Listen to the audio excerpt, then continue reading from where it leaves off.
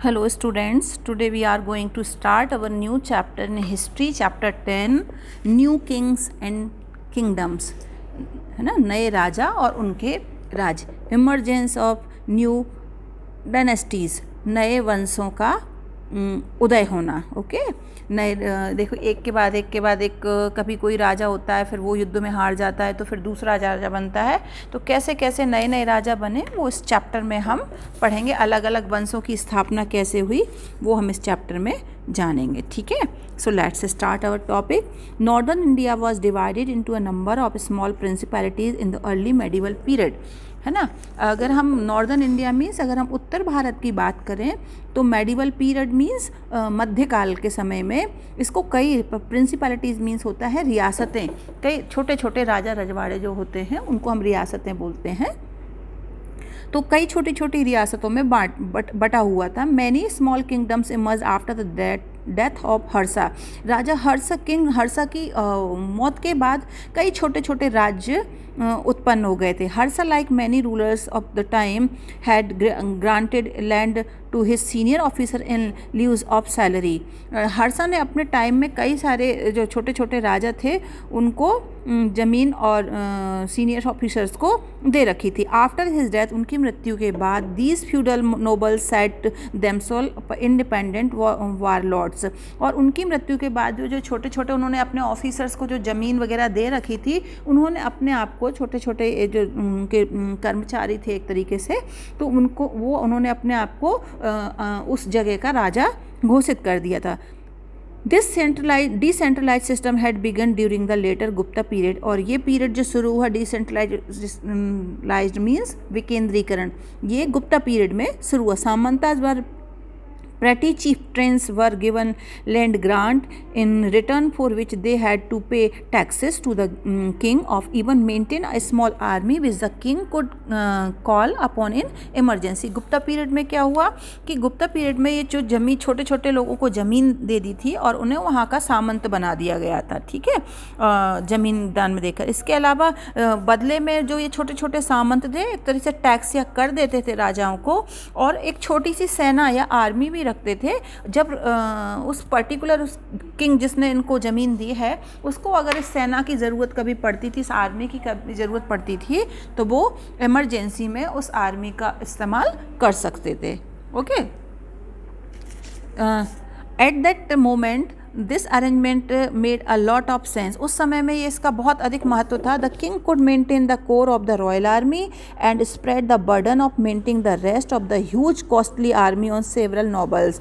क्या करते थे वो कि जो मेन किंग जो हुआ करते थे वो एक रॉयल आर्मी को ही केवल मेंटेन करते थे, और बाकी जो बर्डन है वो छोटे छोटे जो सामंत बनाए थे उनमें उनको बांट देते थे, और उन आर्मी का खर्चा भी जो है वो पूरे वो छोटे छोटे जो सामंत थे वो उठाया करते थे। This system also suited at the age it gave them local autonomy, wealth, influence of the actually military power. इससे क्या हुआ था कि जो लोकल में जो छोटे छोटे शासक थे या छोटे छोटे जो सामंत थे वो स्वायत्त होते जा रहे थे, चाहे वो धन को लेकर हो या सेना को लेकर हो, और एक्चुअली आर्मी पावर से वो प्रभावित होते जा रहे थे। The undesirable result of this feudal pact was that if the king's power decline the noble usually revolted since their land and army has already made them quite powerful. धीरे धीरे क्या हुआ, या इस सिस्टम का ड्रॉबैक क्या था कि जैसे ही जो मेन राजा था वो कमज़ोर पड़ता था, तो जो राजा ने छोटे छोटे सामंत बना रखे थे उनको क्या करते थे, छोटे छोटे सामंतों को जो सामंत बना रखे थे वो सामंत क्या करते थे, जैसे ही राजा उनको लगता था कि ये राजा थोड़ा कमज़ोर पड़ रहा है या इसकी शक्ति कम होती, जब पावर कम होती जा रही है, तो वो सब मिलकर उस पर भी अटैक कर देते और उनका विद्रोह कर देते थे और अपने आप को नया राजा घोषित कर लेते थे। ठीक है, इससे वो धीरे धीरे पावरफुल भी होते गए। दस after Harsha death and due to the subsequent confusion, these Samanta soon became quite powerful and adopted pompous titles such as Maha-Samanta or Mahamandaleswara, meaning the great lord of a circle of region. जैसे ही king Harsha की death हुई, उसके बाद में ये जो छोटे छोटे सामंत थे ये काफ़ी शक्तिशाली पावरफुल होते जा रहे थे, और इन्होंने अपने आप को एक बड़ा ही पॉम्पस मीन्स एक अच्छा आधुनिक एक अच्छा नाम दिया, एक टाइटल दिया। जैसे उन्होंने अपने आप को कहलवाया सामंता और महामंडलेश्वरा। ठीक है, इसका मीनिंग होता है कि उस एरिया या सर्कल का राजा। ठीक है, इन द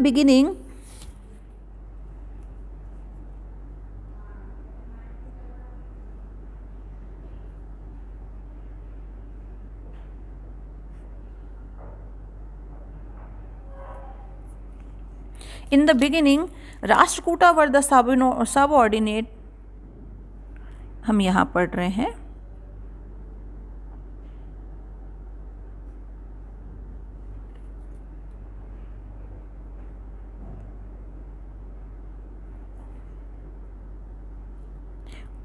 शुरुआत में क्या था, जो राष्ट्रकूटा वंश के जो लोग थे वो चालुक्य वंश के अंडर में काम करते थे। One of the samanta who made the transition from a subordinate. ठीक है, धीरे धीरे क्या हुआ, जो सामंतवादी व्यवस्था ये फैलती जा रही थी, और टू सोवर्जिन व राष्ट्रकूटा, जो राष्ट्रकूटों की जो थे वो उनके अंडर में काम करते थे। सोवर्जिन मतलब संप्रभुता में काम करते। दुंती दुर्गा और Rashtrakuta chief declared himself independent of Chalukya rule in the mid 88th century. 8वीं शताब्दी के बीच में लगभग क्या हुआ कि जो राष्ट्रकूट जो थे उनमें एक उनका राजा था, एक सामंत था, सॉरी राजा नहीं सामंत था, जिसका नाम था दुंती दुर्गा। उसने क्या किया, पहले वो किसके अंडर में काम कर रहे थे, चालुक्यों के, लेकिन जैसे ही वो पावरफुल हुआ उसने अपने आप को इंडिपेंडेंट स्वतंत्र घोषित कर दिया और अपने नए राज्य की स्थापना कर ली। To commemorates this occasion he organised अजन्य कॉल्ड हिरण्यगर्भा। उसने फिर एक he organized a yajna called Hiranyagarbha. He became a Kshatriya by this ritual, which he was not birth. धीरे धीरे क्या हुआ, इस अवसर को उसने क्या किया, एक हिरण्यगर्भा नाम की, द गोल्डन बॉम्ब नाम की बनाई, और उसके बाद क्या हुआ, उसने अपने आप को क्षत्रिय, वो जो क्षत्रिय जन्म से क्षत्रिय नहीं था, लेकिन जो रिचुअल्स थे उसकी जो मान्यताएं थी वो बिल्कुल क्षत्रियों की तरह ही वो उन्हीं रिचुअल्स को फॉलो करते थे जो कि क्षत्रिय लोग फॉलो करते थे। At the same time some enterprising person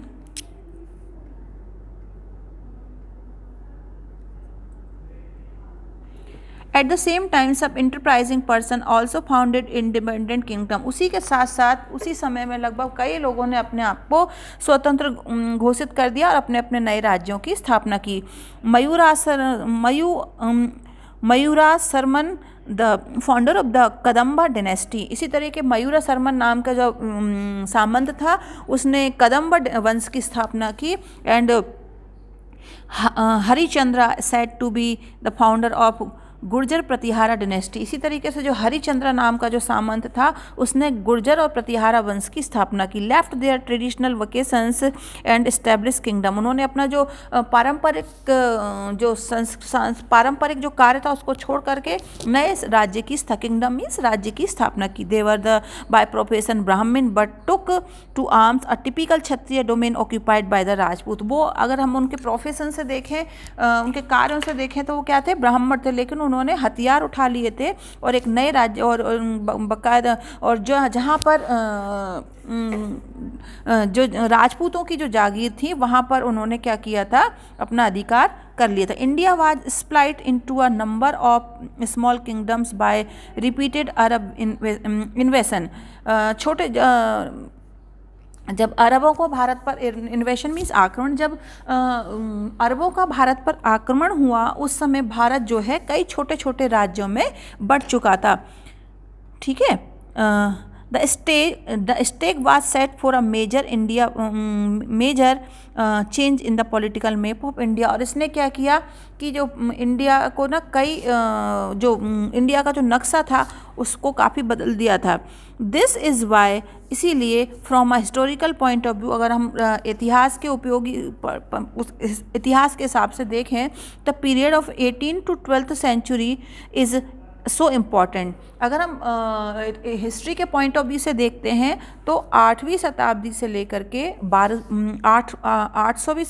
8वीं शताब्दी से लेकर के 12वीं शताब्दी के बीच का जो समय था उसे काफ़ी ज़्यादा भारत के इतिहास में इम्पॉर्टेंट या महत्वपूर्ण माना जाता है।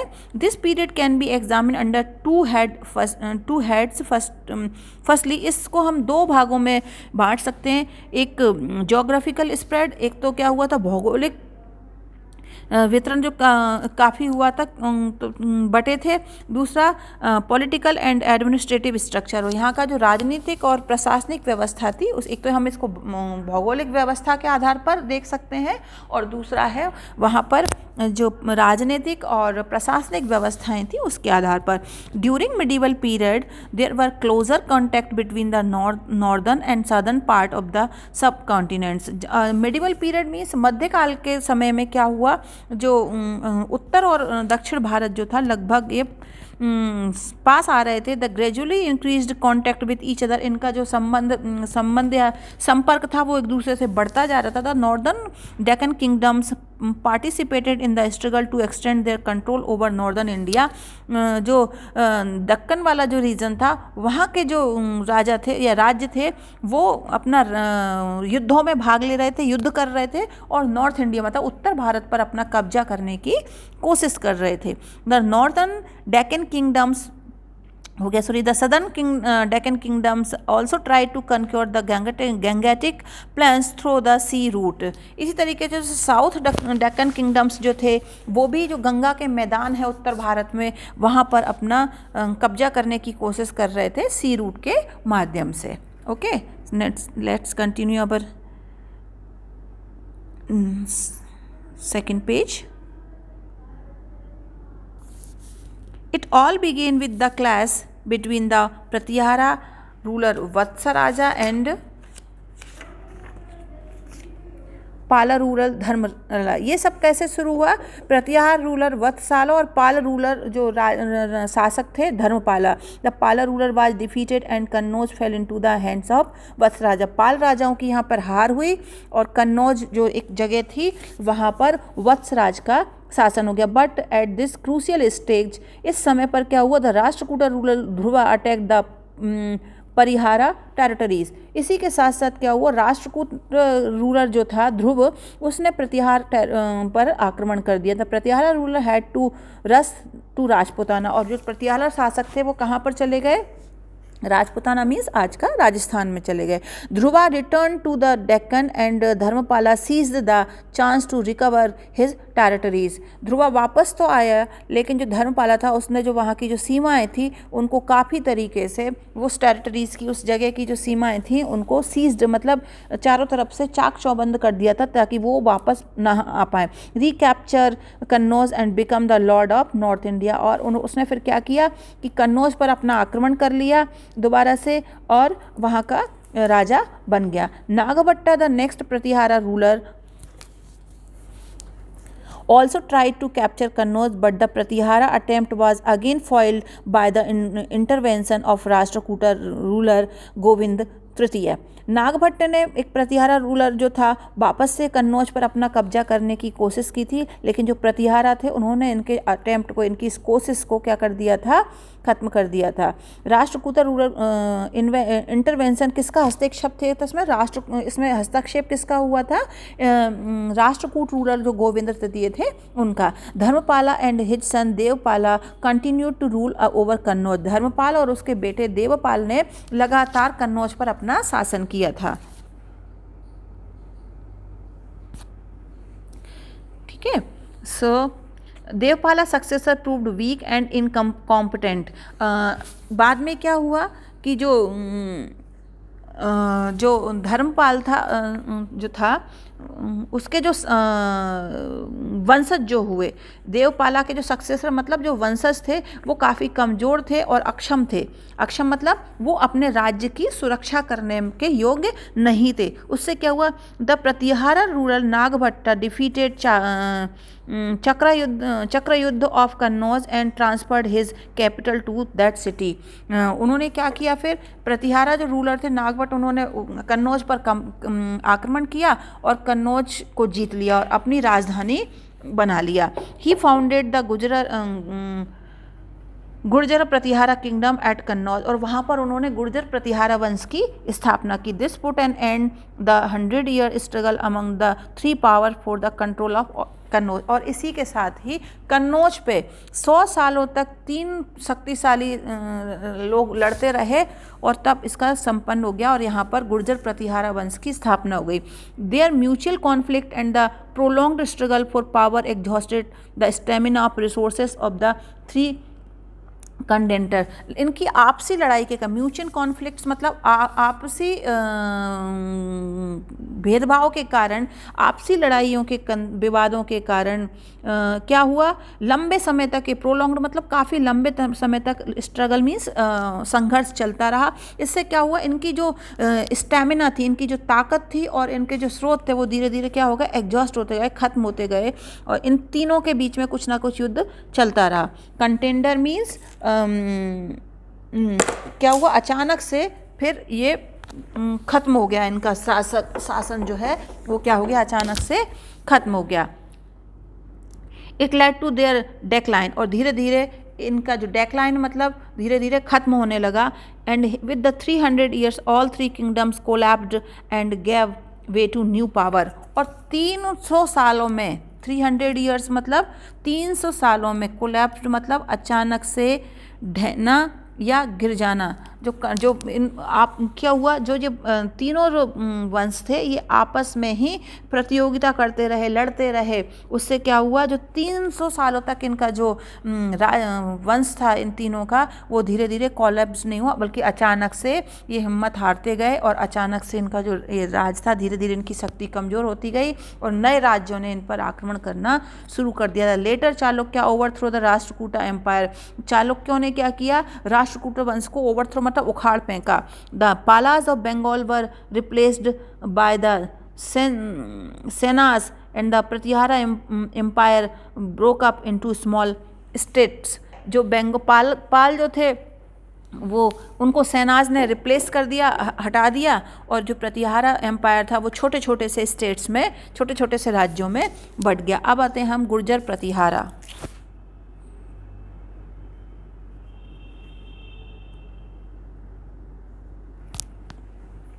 The Gurjara Pratihara were the early Rajput who began their rule from Gujarat and southwestern Rajasthan. जो गुर्जर प्रतिहारा थे वो पहले राजपूत थे जिन्होंने अपना शासन शुरू किया कहाँ पर, गुजरात पर और दक्षिणी पश्चिमी राजस्थान के हिस्से पर। The Pratiharas ruled over Avanti and part of southern Rajasthan in beginning of the 8th century। 8वीं शताब्दी के शुरुआत में जो प्रतिहार गुर्जर थे उन्होंने अवंती और जो वो दक्षिण राजस्थान वहाँ पर अपना शासन करना शुरू किया 8वीं शताब्दी में। They rose to power under king Nagabhatta. उनके जो शक्ति का जो उदय हुआ था वो नागभट्टा प्रथम के, उनके राजा नागभट्ट प्रथम के काल में हुआ था। In 1738 century Nagabhatta first defeated the Arab of Sindh and pushed them back. Nagabhatta ने जो 1738 सेंचुरी में जो अरब्स आए थे सिंध के बाहर, उन्होंने आक्रमण किया था, नागभट्टा ने उन्हें हरा दिया था और वापस जाने के लिए मजबूर कर दिया था। King Bhoj was the most powerful Pratihara ruler. इसी के साथ जो किंग भोज हुए, राजा भोज जो हुए, वो क्या थे, प्रतिहारों के बहुत शक्तिशाली राजा थे। He ruled from 1836 century to 1885 century. Arab traveller, ठीक है, उन्होंने 1836 से लेकर के 1885 सेंचुरी तक वहाँ पर शासन किया। Arab traveller Sulaiman who visited India around 1850 century, he praised king Bhoj region. जो अरब का एक ट्रैवलर यात्री था जिसका नाम सुलेमान था, वो 1851 के समय में लगभग भारत आया और उसने राजा प्रेज्ड मीन्स प्रशंसा करना, राजा भोज की प्रशंसा और उसके जो क्षेत्र था उसकी काफ़ी प्रशंसा की है। In 1018 century Rajyapala the last Pratihara ruler was attacked by Mahmud of Ghazni. इसके साथ ही क्या हुआ, 1018 सेंचुरी में राज्यपाला जो गुर्जर प्रतिहारा का आखिरी राजा था was attacked by Mahmud Ghaznavi, उस पर ना अरब के से महमूद गजनबी जो आया था उसने वहाँ पर उन पर आक्रमण कर दिया। ठीक है, अब हम पढ़ते हैं राष्ट्रकूटास।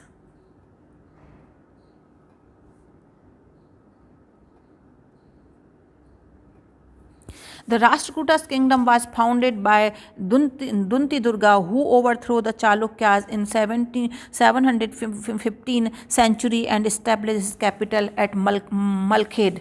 ठीक है, इसके साथ ही क्या हुआ, राष्ट्रकूट वंश का उदय हुआ और उसका संस्थापक कौन था, दुंती दुर्गा। दुंती दुर्गा ने क्या किया, जो चालुक्य राजा थे उनको खदेड़ दिया था, हरा दिया था और अपनी राजधानी स्थापित की मालखेड में। The Rashtrakuta soon dominated the entire northern Maharashtra, और धीरे धीरे राष्ट्रकूटों ने जो उत्तर का महाराष्ट्र का जो उत्तर भाग था वहाँ पर अपना कब्जा कर लिया। डोमिनेट मतलब वहाँ पर हावी हो गए और धीरे धीरे अपना राज्य बढ़ाते चले गए। They patronise Shaivism, Jainism, Vaishnavism, Buddhism and Islam. किस किस को मानते थे, किस किस की पूजा करते थे, वहाँ शैव संप्रदाय भी था, जैन संप्रदाय भी था, वैष्णव संप्रदाय भी था और बुद्ध संप्रदाय और इस्लाम भी था। The magnificent Kailash temple and at Ellora was built by Krishna तृतीय इन द 19th सेंचुरी। जो एलोरा की जो गुफाएं हैं वहाँ पे जो कैलाश टेम्पल है वो 9th सेंचुरी में इन्हीं लोगों के द्वारा बनाया गया था। ओके, चलिए अब आगे आते हैं पालास पे। अभी हमने क्या क्या पढ़ लिया, गुर्जर प्रतिहारा, राष्ट्रकूटा, अब हम आ गए पालास पर, है ना। ये अलग अलग राजा थे जिनके बारे में हम यहाँ पर पढ़ेंगे कि किसने किस वंश की स्थापना की थी। चल लेट्स स्टार्ट पालास। ठीक है, Gopala was the founder of this dynasty. Pala dynasty या पाल वंश का संस्थापक कौन था, Gopala. He was elected to the throne by the noble because the previous ruler had died issueless. क्यों, ये कैसे, ये एक सामंत थे, छोटे से राजा सामंत थे, लेकिन इन्होंने कैसे शासन स्थापित किया कि इसके पहले के जो राजा थे वो उनके कोई संतान नहीं थी। He founded a monastery at Odantapuri modern Bihar, it was Gopala son. वो कहाँ पर मोनेस्ट्री उनकी थी, उदंतपुरी में थी। Dharmapala whom we have referred to in the tripartite struggle, वो हमेशा त्रिपक्षीय, जैसे दो पक्ष होते हैं, है ना, इसी तरह ट्राईपार्टीज मतलब त्रिपक्षीय, तीन लोगों के बीच हमेशा कुछ ना कुछ स्ट्रगल या युद्ध चलता रहता था। अब आ जाते हैं हम राजपूत पे। किस पे आ जाते हैं, राजपूत पे। According to tradition the 4 Rajput clans Paramara, Pratihara, Chauhan and Chalukya were born from fire altars. हमारे जो शास्त्रों में लिखा हुआ है कि 4 वंश, राजपूतों के 4 वंश कौन कौन से, परमारा, प्रतिहारा, चौहान और चालुक्य, इनका जो उद्भव हुआ था वो अग्नि वंश से हुआ था, इसलिए इनको कहा गया है नोन एज अग्निकुलास। ठीक है, there is a long history of the Rajput. राजपूतों की जो हिस्ट्री या जो इतिहास है वो काफ़ी बड़ा है। अ number of Rajput principalities spring up across northern and central India after the death of Harsha. जो राजपूत थे उन्होंने क्या किया था कि अपनी रियासतों को पूरे में फैला दिया था, फैलती जा रही थी उनकी रियासतें, और लगभग पूरे उत्तर भारत में और मध्य भारत में। किसकी डेथ के बाद, जो राजा हर्ष थे उनकी डेथ के बाद। Each principality jealousy guarded its power and refused to submit to another। और ये जो छोटे छोटे राजपूत किंग्स है, ये आपस में ही इनमें जेलसी की फीलिंग थी और ये सब आपस में ही लड़ते रह रहे थे।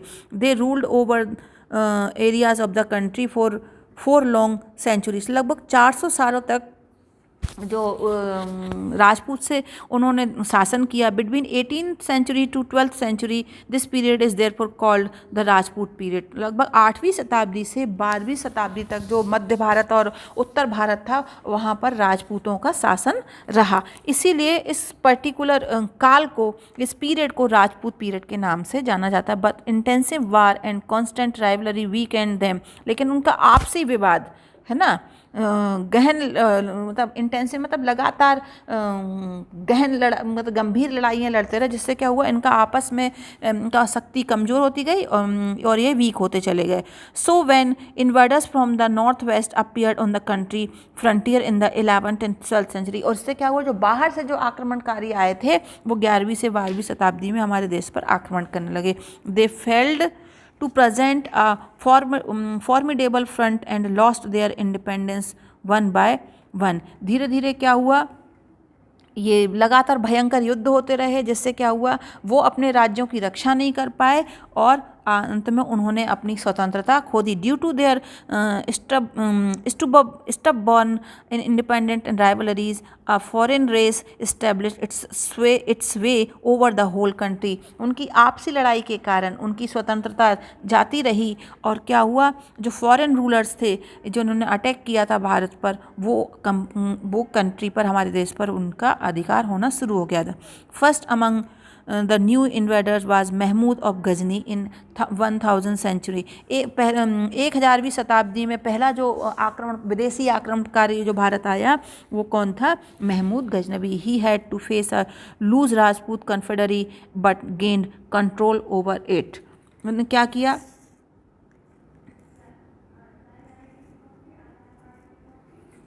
जो कमज़ोर, he had to face a loose Rajput confederacy. जो राजपूतों की जो आपसी संधि या जो मेल था या जो संघ था राजपूतों का, वो धीरे धीरे उन्होंने देखा कि काफ़ी कमज़ोर है और उसने उस पर अपना कब्जा करना शुरू कर दिया था। अब आते हैं हम चौहान डायनेस्टी पर, ठीक है। गुरकुट founded the Chauhan dynasty in the 11th century. 11वीं शताब्दी में अजय देवा है ना, गुकुट फाउंडेड, अजय देवा गुकुट ने चौहान डायनेस्टी की 11वीं शताब्दी में स्थापना की। जो अजय देवा अ चौहान रूलर कनक्योर्ड अजमेर एंड विशाला देवा कनक्योर्ड दिल्ली इन 12th सेंचुरी। अब अजय पाल जो राजपूत, चौहान राजपूत था, जो चौहान था, उसने क्या किया, अजमेर पर आक्रमण किया और जो विशाला देवा था उसने दिल्ली पर आक्रमण किया और उन्हें अपने राज्यों में मिला लिया। The Chauhan become the lord of Delhi and Ajmer. उसके साथ ही चौहान जो थे वो दिल्ली और अजमेर के शासक बन गए। Vishala Deva Chauhan was a great lover of literature. जो साहित्य, जो विशाला देव चौहान था वो क्या था, साहित्य का बहुत बड़ा प्रशंसक रहा है। But Prithviraj Chauhan in 1168 to 1192 was the greatest ruler of this dynasty. लेकिन चौहान डायनेस्टी के या चौहान वंश के जो सबसे शक्तिशाली राजा हुए वो कौन थे, पृथ्वीराज चौहान, जिन्होंने 1168 से लेकर 1192 तक शासन किया। Prithviraj Chauhan was a violent warrior. वो एक ही महान योद्धा थे। वॉरियर मतलब योद्धा है ना, वायलेंट मतलब बहादुर, काफ़ी बहादुर योद्धा थे, ठीक है। चंद्र बरदाई हिज कोर्ट पोइट। और उनके जो दरबार था उसके प्रमुख कवि थे जिनका नाम था Chandra Bardai. Describe the achievement of Prithviraj Chauhan in his book Prithviraj Raso. Chandra Bardai ने एक पृथ्वीराज रासो नामक एक किताब लिखी जिसमें उन्होंने पृथ्वीराज चौहान के जो भी अचीवमेंट्स थे, उनकी जो उपलब्धियाँ थी, उनके बारे में लिखा है। 10 इसलिए we see that from 647 century to 1190 century India remained divided into many small Rajput। हम देखते हैं कि 647 शताब्दी से लेकर 1192 तक जो इंडिया जो था वो छोटे छोटे राजपूत स्टेट्स में बट गया था। The Rajput rulers often quarrel among themselves, वो आपस में ही राजपूत राजा लड़ते रहते थे। हाउएवर, इसीलिए as they lived side by side and many of them were allied through marriages, side by side ये सब चलता रहता था। कई लोग आपस में शादी मतलब विवाह संबंध करके दोस्ताना संबंध भी बनाते। A common civilisation and culture developed over the long period. उससे क्या हुआ कि जो कॉमन कल्चर मतलब एक समान सांस्कृतिक व्यवस्था तो थी वो पूरे उसमें लंबे समय तक लॉन्ग पीरियड तक बनी रही। देयर फोर्ट्स जैसे हम देखें उनके जो किले हैं, राजपूतों के जो किले हुए और जो मंदिर हुए और अलग अलग तरह के मॉन्यूमेंट्स जो उन्होंने स्मारक बनाए, वो बहुत ही अच्छा उदाहरण है। यहाँ की जो पेंटिंग आर्ट था, जो कल्चर था, वो बहुत ही ज़्यादा फला फूला है राजपूत पीरियड में। तो आज की वीडियो में इतना ही। अब बाकी का जो पार्ट है, रिमेनिंग पार्ट है, वो आपको नेक्स्ट वीडियो में पढ़ाऊँगी। आई होप कि आप सब इसको देखेंगे, सुनेंगे और समझेंगे। आगे के चैप्टर में नेक्स्ट पार्ट कंटिन्यू करूँगी। Till then bye.